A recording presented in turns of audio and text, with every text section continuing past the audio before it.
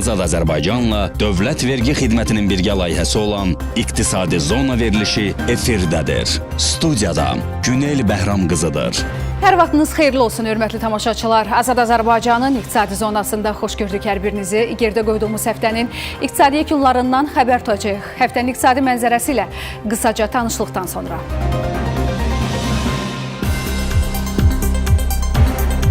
Etibarnamə ilə aldığınız avtomobili bir anda itirə bilərsiniz. Borclu vergi ödəyicisinin hansı əmlakları siyahıya alına bilər? İpoteka kreditinin hansı şərti dəyişdirilməlidir? Ombudsmanın irəli sürdüyü təkliflər necə reallaşa bilər? Viza dəstəyi yoxsa dələduzluq? Xarici səfərə hazırlaşan vətəndaşlar aldanmamaq üçün nələrə diqqət etməlidir? Qarlı havada 4000-dən çox avtomobilə ziyan dəyib. Sığorta ödənişləri necə tənzimlənəcək? Kimlərə ödəniş edilməyəcək? Birazdan. Bu həftə enerji sahəsində çox mühüm layihənin tamamlanması ilə yadda qaldı. İğdır Naxçıvan qaz kəmərinin açılış mərasimi keçirildi. Yeni qaz kəməri Naxçıvanın qaz təchizatını şaxələndirməklə yanaşı, həm Naxçıvan, həm də İğdır əhalisinin rifahına xidmət edəcək. Layihənin daha bir özəlliyi ondan ibarətdir ki, bugün kəmərin maksimum ötürmə gücü 730 milyon kubmetrdirsə, gələcəkdə layihənin genişləndirilməsi imkanları da var. Doğal gazımız Iğdır'dan inşallah Naxçıvan'a akmaya başlıyor.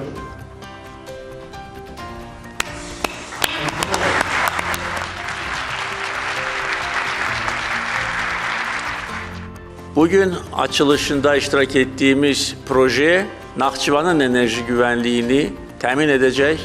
Çünkü Azerbaycan'dan gelen gaz Türkiye üzerinden swap şeklinde Naxçıvan'a ötürülerek artık Naxçıvan da bu problemden xilas etmiş olacaktır.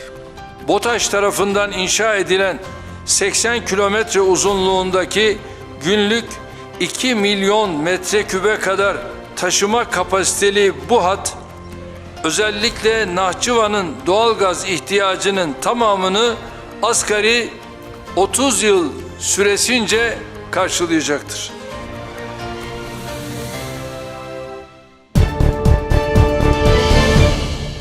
Dövlət Neft Fondu qızıl alışını artıracaq. Közərmə lampalarının qadağan olunması ilə bağlı tarixlər açıqlanıb.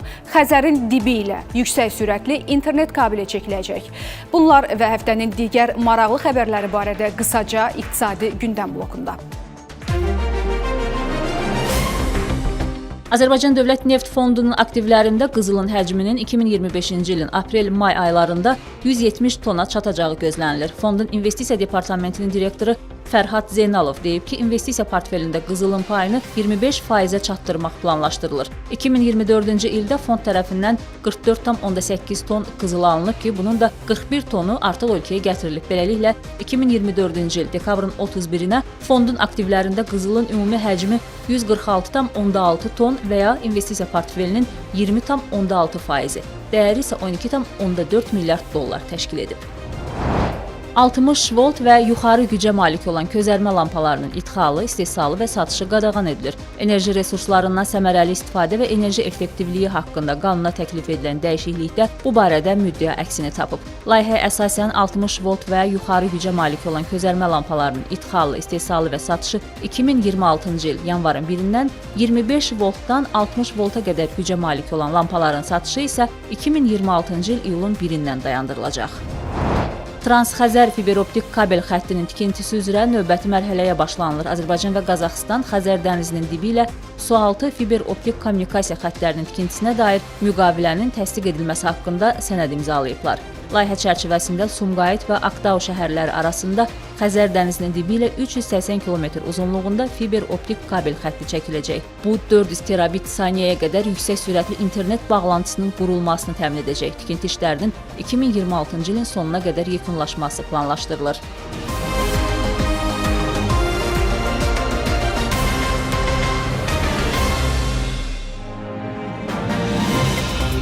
Etibarnamə ilə aldığınız avtomobili bir anda itirə bilərsiniz. Borclu vergi ödəyicisinin hansı əmlakları siyahıya alına bilər? Birazdan. Bu həftə Milli Məclisdə Ombudsmanın illik məruzəsi təqdim olundu. İnsan hüquqları üzrə müvəkkil öz məruzəsində təklif edir ki, ipoteka kreditlərinin şərtlərinə yenidən baxılsın, daha da yumşaldılsın. Bəs kredit şərtlərinin dəyişdirilməsi zərurəti nədən yaranıb? İlkin ödənişin azaldılması, faizin bir qədər endirilməsi nə dərəcədə realdır? Mövzunu araşdırmışıq, gəlin izləyək.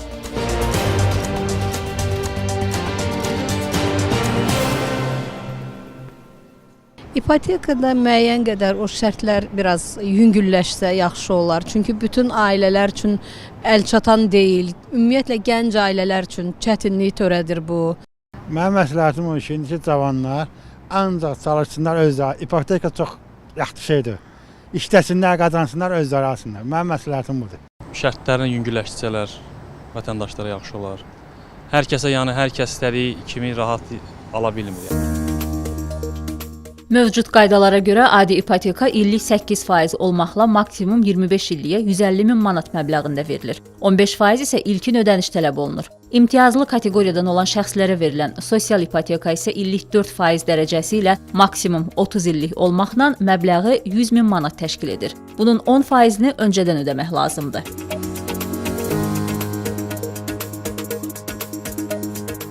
Ombudsmanın məruzəsində təklif olunur ki, kreditin maksimal məbləği artırılsın, ilkin ödəniş məbləği minimuma endirilsin, kredit müddəti uzadılsın, faiz dərəcəsi isə aşağı salınsın. Mütəxəssislər də bu təklifləri haqlı sayırlar. Daşınmaz əmlak eksperti Vəfadar Axundov deyir ki, ilbəil evlərin qiyməti artır, lakin ipoteka kreditinin məbləği olduğu kimi qalır. Biz əgər Yasamal rayonu elmlər ərazisini götürsək, hətta burada Xruşov layihəli əmlakı 100 min manata əldə eləmək mümkün deyil. Yəni hətta həmin əmlaklar demək olar ki, ipoteka predmeti deyil. Yəni faktiki burada bir otaqlı mənzillər 200 min manat civarından başlayır. Ombudsmanın təkliflərində ipoteka kreditləri üzrə güzəştlərdən istifadə hüququna malik olan şəxslərin siyahısının genişləndirilməsi də əksini tapıb. Ekspert Vəfadar Axundov təklif edir ki, sosial ipoteka almaq hüququ yeni ailə həyatı qurmuş gənclərə və ya çox uşaqlı ailələrə verilə bilər. İlkin ödənişin aşağı düşməsi hər bir cavan ailə üçün əlverişlidir və əlçatandır. Çox adamlar görürüz ki, o faiz məbləğinə görə ev almaqdan çəkinir. Onların aşağı düşməsi demək olar ki, ev alanların da sayını çoxalda bilər. İqtisadçı ekspert Rəşad Həsənov isə əksini deyir. Onun fikrincə ipoteka məbləğinin artırılması vəziyyətdən çıxış yolu deyil. Məbləğin artırılması aylıq ödəniş həcminin də artmasına gətirib çıxardır. Deyək ki, 250 min edəcəklərsə yuxarı həddi, bu zaman artıq aylıq vətəndaş 1300-1500 manat vəsait ödəməlidir. Və bu vəsaiti ödəmək üçün orta statistik vətəndaşın imkanı çatmır. Nə baş verəcəkdir? Həmin məbləği aydındır ki, gəliri yüksək olan şəxslər ödəyə biləcəklər. Rəşad Həsənov hesab edir ki, daha çox az təminatlı, həssas sosial qrupların, gənclərin mənzil şəraitinin yaxşılaşdırılması üçün çalışılmalı və əlçatanlıq hər kəs üçün deyil, mənzilə ehtiyacı olan şəxslər üçün təmin olunmalıdır. Məsələn, deyək ki, gəliri orta aylıq əmək haqqından 2 dəfə yuxarı olan şəxslərə münasibətdə ipoteka kreditindən istifadə etmə hüququ məhdudlaşdırıla bilər. Mənzili olan şəxslərin ipoteka hüququndan istifadəsi məhdudlaşdırılsın. Hansı ki, yəni ipoteka hüququndan istifadəsi məhdudlaşdırılsın deyəndə biz yəni bankların öz vəsaiti hesabına verdiyi ipotekalardan danışmırıq. Yəni biz dövlət vəsaiti hesabına maliyyələşdirilən mexanizmdən danışırıq. İpoteka və Kredit Zəmanət Fondunun məlumatına görə bugünə qədər 53 mindən çox şəxsə 3,3 milyard manatdan artıq ipoteka krediti verilib. Bundan başqa MİDAnın sosial evlər mexanizmi də mövcuddur, lakin bu evləri yalnız imtiyazlı kateqoriyadan olanlar ala bilər. Bu mənzillərin sayı az, tələb isə çox olduğundan satışa çıxarılan kimi cəmi bir neçə saniyə ərzində alınır. Nurlan Sultanzadə, Tural Məmmədov, Şəkərnaz Şəhəliyeva, Vəfa Şəhlai, İqtisadi Zona.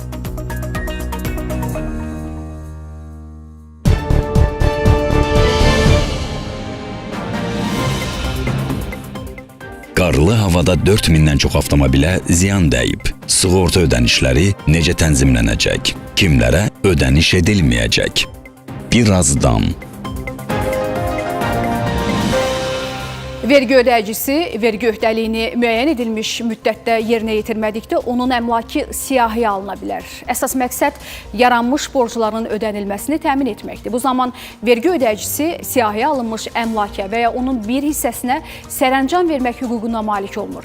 Həmin əmlaka sahiblik və ondan istifadə edilməsi vergi orqanının nəzarəti ilə həyata keçirilir. Bəs bu proses necə tənzimlənir? Etibarnamə ilə avtomobil alanlar niyə diqqətli olmalıdırlar? Detalları Dövlət Vergi Xidməti İqtisadi Zonaya açıqlayıb. İzləyirik.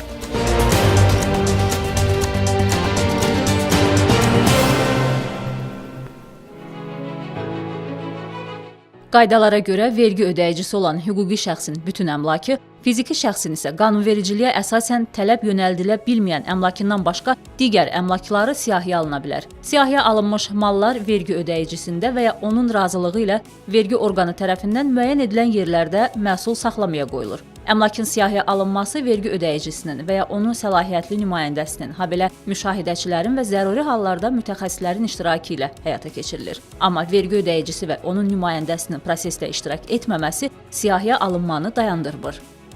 1 yanvar 2024-cü il tarixdən etibarən vergi ödəyicisi dövlət reyestri aparılan daşınmaz və daşınar əmlakı vergi orqanı tərəfindən müvafiq yazılı xəbərdarlıq edildikdən sonra da həmin xəbərdarlıqda müəyyən edilmiş müddətdə və yerdə siyahıya alınmaya təqdim etməkdən yayınarsa, həmin əmlak reyestr məlumatlarına əsasən vergi ödəyicisinin və ya onun səlahiyyətli nümayəndəsinin və müşahidəçilərin iştirakı olmadan vergi orqanı tərəfindən məsafədən də siyahıya alına bilər.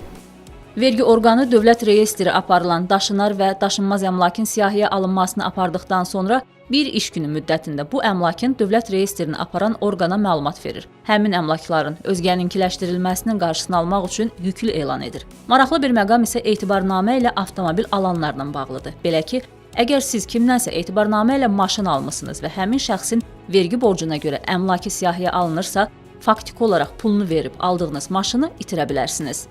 Etibarnamə ilə nəqliyyat vasitəsi almış şəxslər bu məsələdə daha diqqətli olmalıdır. Həmin şəxslər faktiki olaraq nəqliyyat vasitəsinin dəyərini ödəyərək istifadə etdikləri halda onun qanuni mülkiyyətçisinə çevrilmirlər. Mülkiyyətçinin borclarına görə isə həmin nəqliyyat vasitəsi istifadəçinin məlumatı olmadan vergi orqanı tərəfindən siyahıya alınaraq yüklü edilə və nəticədə satıla bilər. Qeyd olunmalıdır ki, siyahıya alınmış əmlaka baxış keçirilməsinə, götürülməsinə maneçilik törətmək vergi ödəyicisi üçün cinayət məsuliyyəti yaradır. Bəzi hallarda əmlak siyahıya alınsa belə borc ödənmir. Bəs bu halda hansı tədbir görülür? Əmlak siyahıya alındıqdan 30 gün müddətində borc ödənilmədikdə vergi orqanı həmin əmlakın əmlak məsələləri dövlət xidmətinin tabeliyində olan həracların təşkili mərkəzi vasitəsilə, habelə dəyəri 5000 manatdan artıq olmayan daşınar əmlakların isə ticari şəbəkələrində satışının təşkil edilməsi üçün məhkəməyə müraciət edə bilər. Əgər əmlakın yararlılıq müddəti daha az müddətə bitirsə, vergi orqanı dərhal məhkəməyə müraciət edə bilər. Məhkəmənin müvafiq qərarı qanuni qüvvəyə mindikdən sonra qətnamə ilə təmin edilmiş borca faizin hesablanması dayandırılır. Əmlakın satışından daxil olan pul vəsaiti borcun ödənilməsi üçün kifayət etmədikdə və ya əmlak satılmadıqda vergi orqanı borcun qalan məbləği həcmində ödəyicinin digər əmlakını da siyahıya ala bilər. Əksinə, əmlakın satılmasından əldə edilən pul borcları ödədikdən sonra artıq qalarsa, bu məbləğ vergi ödəyicisinə qaytarılır. Samir Gülməmmədov, Şəkərnaz Şahəliyeva, Vəfa Şəhlai, İqtisadi Zona.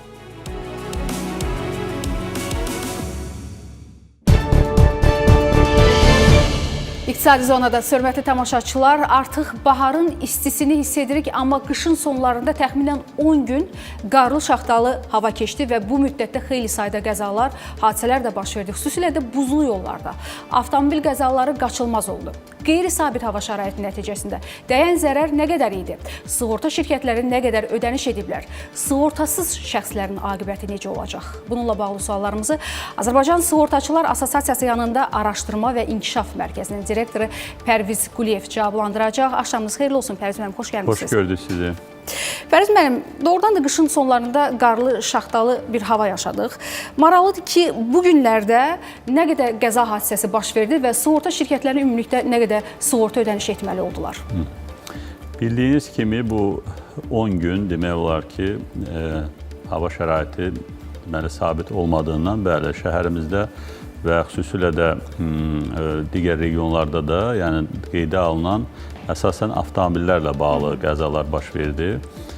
Təbii ki, bu da həmişə nədən irəli gəlir? Bizim sürücülər çox da bu qış hazırlığına əvvəlcədən belə deyək ki, hazırlıq işləri görmürlər. Xüsusilə də qış rejiminə keçiddə təkərlərin dəyişməsi, bunlar mütləq qaydada preventiv olaraq olmalıdır. Ancaq yəni baş verən hadisələr bir də onu göstərir ki, bəli, daha çox avtomobillər, yəni buzlu yollarda sürüşmə nəticəsində qəzalar törətdi. Təxminən müraciət olunan, yəni hadisələrin sayı 4400-ə yaxın, yəni bütün sığorta şirkətlərində qeydə alınmış bir deməli hadisə sayıdır. Bunlardan artıq demək olar ki, təxminən 3200-ə yaxını artıq qiymətləndirmə aparılıbdır və bunlarla bağlı artıq ilkin qiymətləndirmələrdə ortaya çıxan bir rəqəm var. Bu təxminən 3 milyon 200, bax belə bir məbləğdə olan sığorta ödənişi həyata keçiriləcəkdir və yerdə qalan təxminən 1200-ə yaxın sayda hadisələr var ki, onlarla bağlı qiymətləndirmə həyata aparılır və ola bilsin ki, bu yaxın günlərdə artıq onlar da başa çatacaqdır və onların da təbii ki, hadisəsi ilə bağlı ödənişlərin olunması artıq qərarı var sığorta şirkətləri tərəfindən. Qeyd etdiniz ki, daha çox avtomobil qəzaları baş verirdi, amma yəqin ki, əmlaklara da ziyan dəydi. Varmı belə hadisələr və nə qədərdir? Əmlakla da bağlı xüsusi olaraq 17 deməli hadisə qeydə alınmışdı. Bu daşınmaz əmlakın icbari sığortası ilə bağlıdır. Bu regionlarda idi yoxsa şəhərdə? Həm regionda, həm Bakı şəhərində. Yəni bu demək olar ki, bəli, avtomobillərlə bağlı çox az bir rəqəmdir. Ancaq bu bir daha onu deməyə əsas verir ki, belə hava şəraitində yəni əmlaklara da müəyyən bir ziyan dəyə bilir. Və onların ödənişi ilə bağlı? Təbii ki, onlar da qiymətləndirmə aparılır. Çünki əmlakın qiymətləndirilməsi avtomobildən fərqli olaraq, proses olaraq biraz ola bilsin ki, vaxt aparır. Ancaq ki, təbii ki, bunlar hadisə kimi qeydə alınıbdır və ödəniş həyata keçiriləcək. Amma bu qəzaları səciyyəvi eləyən məsələlərdən biri də bir yox, bir neçə, ikidən çox avtomobilin toqquşması ilə bağlıdır və bu o deməkdir ki, bir şəxsə yox, 2 və 3 daha çox şəxsə ziyan dəyə bilir. Bu halda sığorta ödənişi necə həyata keçirilir? Əslində, burada mən qeyd etdiyim o say olaraq ki, 4000 təxminən 4400-ə yaxın belə bir hadisə qeydə alınmışdı. Onlardan 600-ə yaxını kasko sığortası ilə bağlıdır. Yəni kasko sığortasında burada təminat da daha fərqlidir. Yəni daha çox təminat həmin o əzilmiş avtomobilin özünə deməli ödəniləcək sığorta ödənişindən söhbət gedir. Amma çoxlu olaraq hadisələr qeydə alınıbda avtomobilin icbari sığortası ilə bağlı. Yəni avtomobilin icbari sığortası təbii ki, burada günahkar tərəf var, onun məsuliyyəti sığortalanıbdır. Ona görə də qarşı tərəfə dəymiş ziyandan bağlı deməli, əsasən də əgər burada əmlakar dəymiş ziyandırsa, ödəniləcək məbləğ, yəni hadisə üzrə 5000 manata qədər nəzərdə tutulub. Burada ola bilər ki, eyni vaxtda hadisədə bir neçə zərər çəkən var. Təbii ki, o nəzərdə tutulmuş, məsələn, fiziki şəxslərə bir hadisə ilə bağlı 50.000 manata qədər ödəniş həyata keçirilə bilər. Yəni, bu icbari sığortada nəzərdə tutulmuş bir sığorta məbləğidir.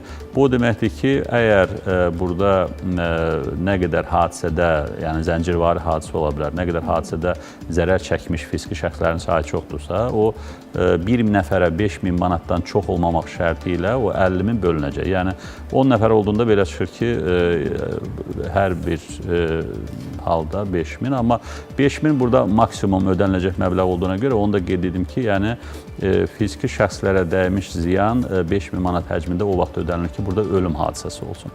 Ancaq təbii ki, bu müəyyən bədən xəsarətləri ola bilir, burada digər tibbi xərclərə gətirib çıxara biləcək hallar var ki, onlar təbii ki, bax bu hadisə nəticəsində, yəni o 50.000 civarında ödəniləcəkdir. Dediyim kimi bir nəfərə maksimum 5000 manatdan çox olmamaq şərti ilə. Aydındır və sözünüzə qüvvət, bu hadisə kasko sığortalarının önəmini, vacibliyini bir daha ortaya çıxarmış olur. Biz istəyərdik ki, kasko sığortanın digər sığorta növündən üstünlüyünü, əsas xüsusiyyətlərini bir daha tamaşaçıların bir nümunə üzərində diqqətinə çatdıraq.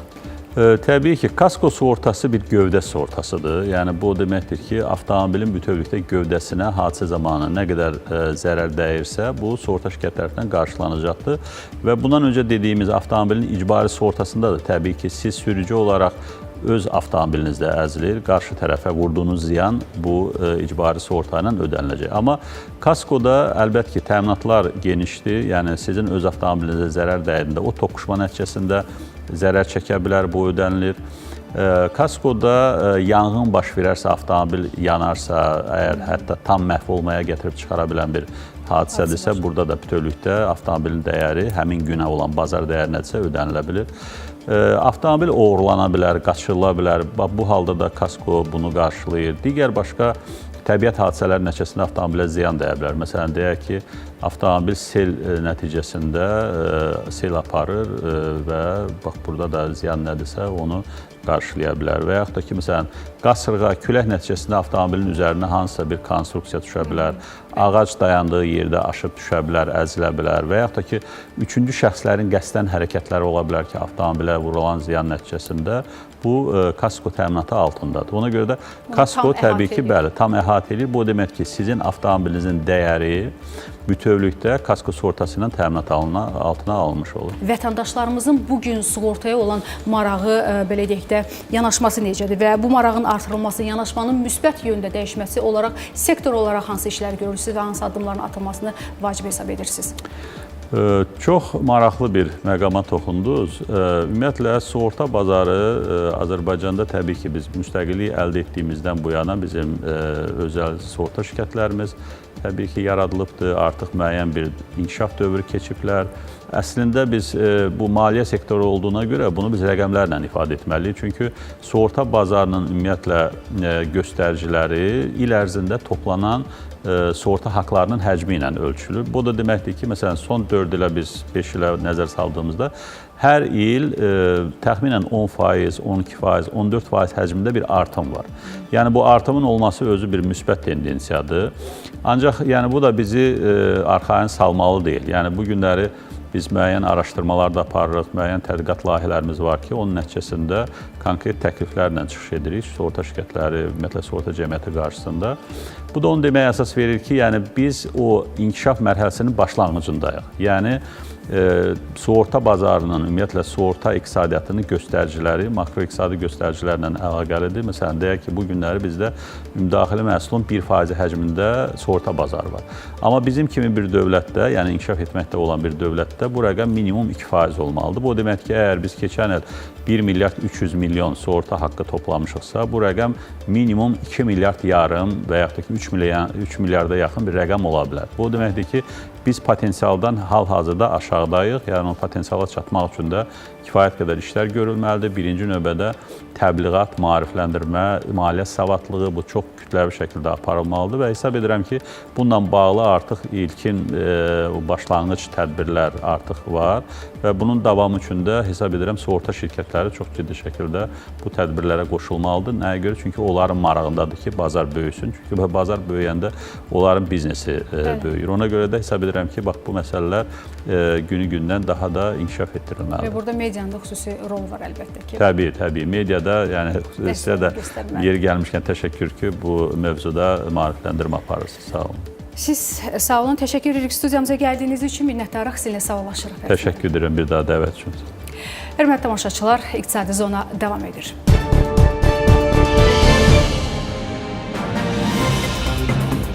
Viza dəstəyi yoxsa dələduzluq? Xarici səfərə hazırlaşan vətəndaşlar aldanmamaq üçün nələrə diqqət etməlidir?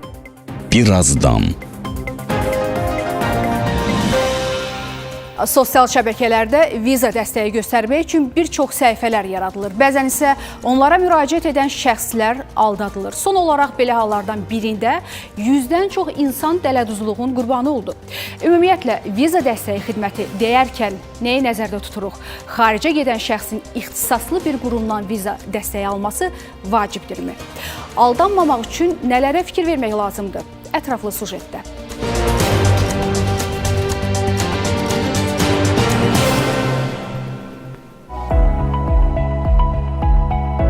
Viza dəstəyi xidməti ilə bir çox şirkət və ya fərdi şəxslər məşğul olur. Şirkətlər insanlara viza almaq üçün lazım olan köməkliyin göstərilməsini təklif edirlər. Turizm şirkətinin rəhbəri Rəhman Quliyev deyir ki, bu xidmətə müvafiq sənədlərin toplanması, konsulluğa təqdim edilməsi kimi prosedurlar daxildir. Bugünkü gündə viza rəsmiləşdirilməsi üçün onlayn sifariş olduğu üçün müəyyən bir kateqoriyada olan insanlar, yəni kompüter bilikləri olmayan bir insanlar üçün böyük çətinliklər yaradır. Bu da yəni sonunda turizm şirkətlərinə müraciət olunur. Yəni turizm şirkətləri də öz növbəsində az bir marja ilə, az bir komisyon xidməti üzərinə qoyaraq həmin turistlərə xidmət göstərir. Təbii ki, bu ciddi böyük bir rəqəm deyil. Yəni 30 manat, 50 manat dəyərində turizm şirkətləri bu xidməti həyata keçirirlər və turistlərə yardım edirlər. Turizm üzrə ekspert Ceyhun Naşırov bildirir ki, insanlar şirkət dəstəyi olmadan özləri də viza üçün müraciət edə bilərlər. Lakin təcrübənin azlığı, bəzən sənədlərin natamam olması və ya səfirliklərin heç bir izahat vermədən rədd cavabı verməsi onları ixtisaslaşmış şirkətlərə üst tutmağa vadar edir. Bəzən təcili olan səfərlərdə turizm şirkətləri bu kimi köməklik göstərirlər. Xarici dildə yazışmaların aparılmasına həyata keçirirlər ki, bəzi vətəndaşlar məsələn buna kifayət qədər vaxtları olmaya bilər. Amma turizm şirkətləri, peşəkar turizm şirkətləri buna ciddi yanaşıb, vaxtında növbənin götürülməsi, bu prosesin əvvəlindən axına qədər izlənməsinə həyata keçirərək daha çox hallarda vizanı almağa nail ola bilirlər.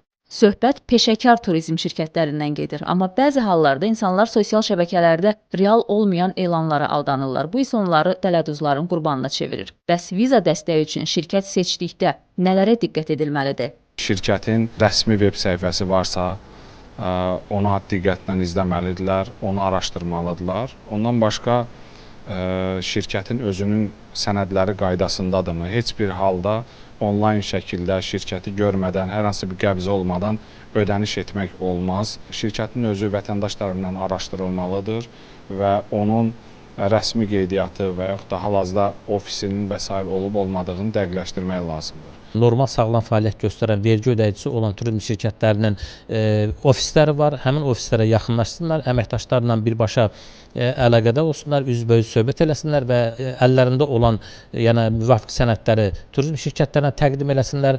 Çünki turizm şirkətləri həmin sənədlərin əsasında turistə yardım edir. Bununla belə vətəndaşlar bilməlidirlər ki, viza verilib-verilməməsi turizm şirkətinin deyil, səfirliyin qərarıdır. Yəni turizm şirkətinin sizə mütləq viza alacağını gözləmək olmaz. Səfirlik vətəndaşın sosial durumunu, öncəki səfərlərini və digər amilləri də nəzərə alaraq yekun qərar verir. Amil Əliyev, Nurlan Sultanzadə, Şəkərnaz Şahəliyeva, Vəfa Şəhlai, İqtisadi Zona.